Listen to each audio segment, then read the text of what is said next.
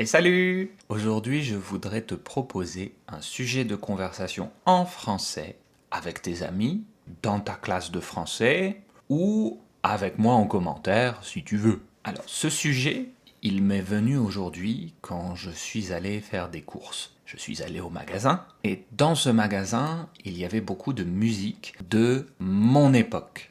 Donc de quand j'avais 10-15 ans, c'est-à-dire les années 90. Il y avait une chanson qui m'a donné beaucoup de nostalgie, qui est une chanson française qui s'appelle Savoir aimer. Savoir aimer d'un chanteur qui s'appelle Florent Pagny. Bon, quand j'étais petit, je ne comprenais pas bien cette chanson et je crois que je comprends mieux de quoi elle parle aujourd'hui.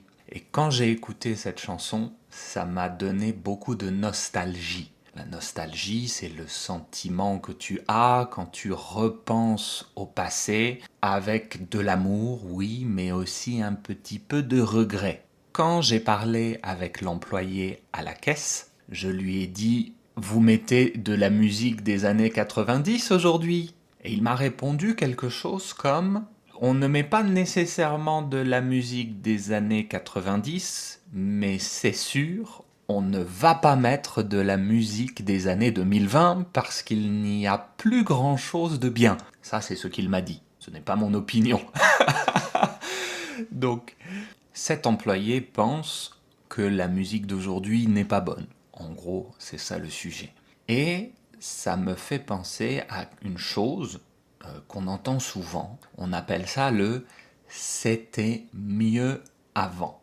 C'était mieux avant. Donc c'était à l'imparfait mieux avant. Avant, la situation était meilleure. C'était mieux avant. Et c'est un sujet de conversation qui revient beaucoup. Quand j'étais plus jeune, j'entendais beaucoup c'était mieux avant, mais dans la bouche de personnes beaucoup plus âgées, donc des personnes peut-être qui ont plus de 60 ans. Mais maintenant, j'entends ça déjà pour des gens de mon âge. Donc parlons un peu des âges et des générations.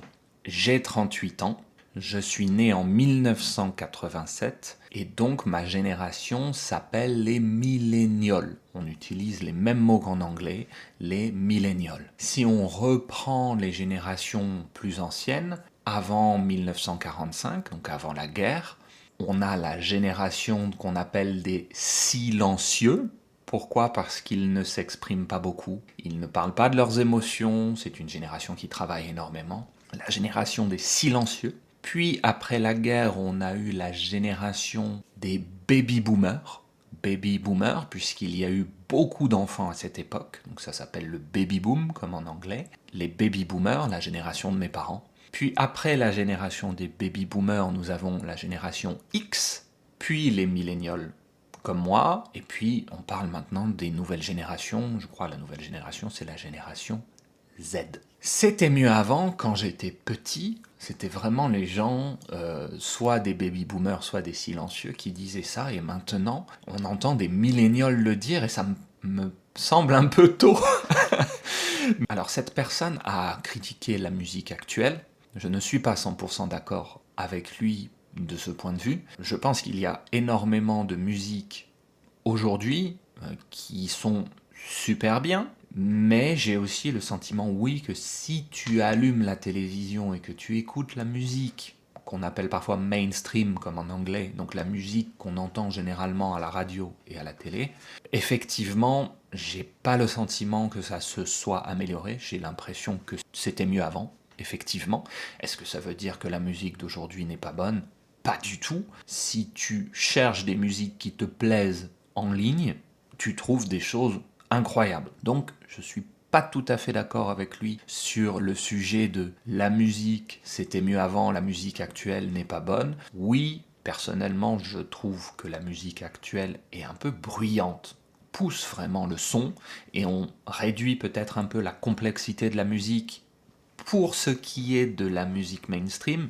Est-ce que c'est une généralité? Non, parce qu'en fait, je ne suis pas sûr si les jeunes d'aujourd'hui s'intéressent vraiment à la musique qu'on entend à la télé. Moi, je crois qu'ils écoutent de la musique qu'ils aiment, qu'ils trouvent en ligne. Donc, c'est peut-être un sujet qui n'existe pas. Est-ce que par contre, je pense que c'était mieux avant, c'est-à-dire par exemple, c'était mieux pendant les années 90? J'ai ce sentiment, c'est vrai. Et je m'interroge, je me pose beaucoup de questions sur le sujet. Pourquoi ce serait mieux avant, alors qu'aujourd'hui, on a énormément de choses super qu'on n'avait pas avant?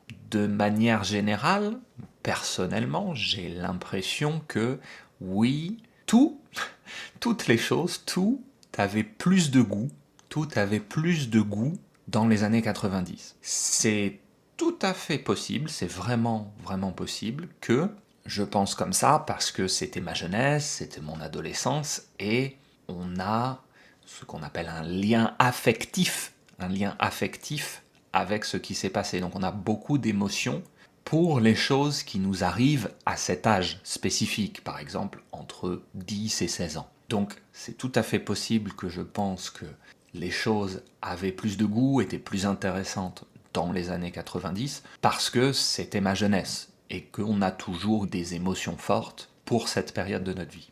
Ceci dit, je continue malgré tout à penser que oui, les choses ont moins de goût maintenant, les choses sont moins intéressantes maintenant, malgré leur qualité. Et en y réfléchissant à ce sujet, en y réfléchissant, je me dis que l'argument principal, quand je parle avec des personnes de la nouvelle génération, leur argument principal pour ce n'était pas mieux avant, c'est le confort. Tout est confortable aujourd'hui. On a toujours une technologie pour nous aider dans tous les domaines de notre vie. On peut facilement trouver de la musique, on peut facilement trouver un film, on peut facilement faire tout grâce à des nouvelles technologies qui ont été développées. C'est une réalité. Donc finalement, je vais par exemple prendre l'exemple de pendant ma jeunesse, si on voulait écouter de la musique à l'extérieur, on avait des écouteurs avec des fils, des écouteurs filaires. Et on avait tout d'abord ce qu'on appelait un baladeur avec des cassettes à l'intérieur, puis on a utilisé des CD, puis on a eu les tout premiers MP3 qui sont sortis. Donc des MP3 qui avaient 10 à 12 chansons à l'intérieur, et c'était toujours avec des écouteurs filaires. Aujourd'hui, non seulement on n'est pas limité à 12 chansons, on n'a pas besoin de cet outil qui est le baladeur CD ou le baladeur cassette, mais en plus on n'a même plus le fil, les écouteurs sont sans fil.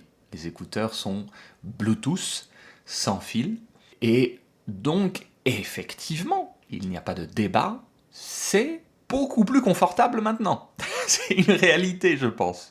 C'est beaucoup, beaucoup, beaucoup plus confortable maintenant. Bon, ça c'est l'argument principal que j'entends. Mais avec ce confort, et je pense que c'est peut-être pour ça que j'ai cette opinion, avec ce confort est venue l'abondance. Qu'est-ce que l'abondance? Ça veut dire que tu peux avoir des quantités énormes de choses.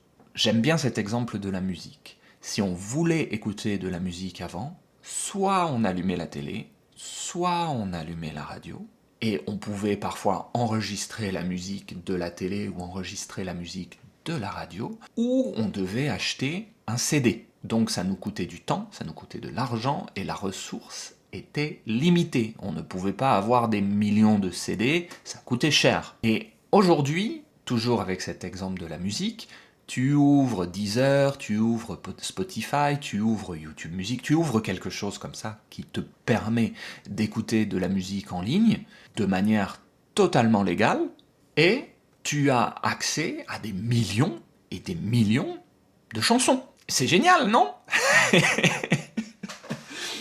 Et je pense que on peut utiliser deux expressions que j'aime beaucoup.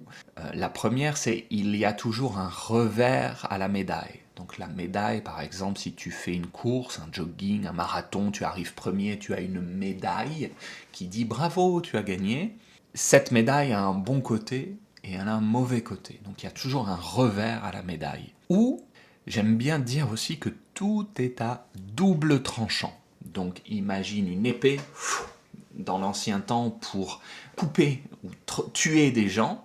Tu peux penser à un katana, une épée japonaise qui va couper seulement dans ce sens, mais pas dans ce sens. Mais il y a des épées qui coupent ici et qui coupent ici aussi. Et on appelle ça une épée à double tranchant. Et quand on dit tout est à double tranchant, quand je dis tout est à double tranchant, c'est que oui, c'est super efficace, mais aussi ça peut me faire du mal. Donc je dois faire attention. Et c'est un peu ce que je pense sur ce sujet de c'était mieux avant. C'est que oui, c'est super d'avoir accès à tout ça. Oui, c'est vraiment pratique. Il y a un confort de vie incroyable, mais justement, c'est peut-être cette abondance, cette quantité de choses qui fait que chaque chose en elle-même, chaque chanson, chaque nouvelle chose a perdu un petit peu de saveur, a perdu un petit peu de goût, et peut-être moins importante pour toi, pour moi, que dans les années 90. Dans les années 90, peut-être, on écoutait 2, 3 groupes, et on les écoutait beaucoup, et on les adorait. Aujourd'hui, on a accès à des centaines de groupes, on va en écouter beaucoup plus, et chaque groupe ou chaque musique sera peut-être moins importante pour nous parce qu'elle fait juste partie de centaines d'autres. Bon, ça c'était pour le sujet de c'était mieux avant. Je t'ai donné juste mon opinion. Toi, n'hésite pas à me donner la tienne en classe ou dans les commentaires. Je suis là. Allez, à plus.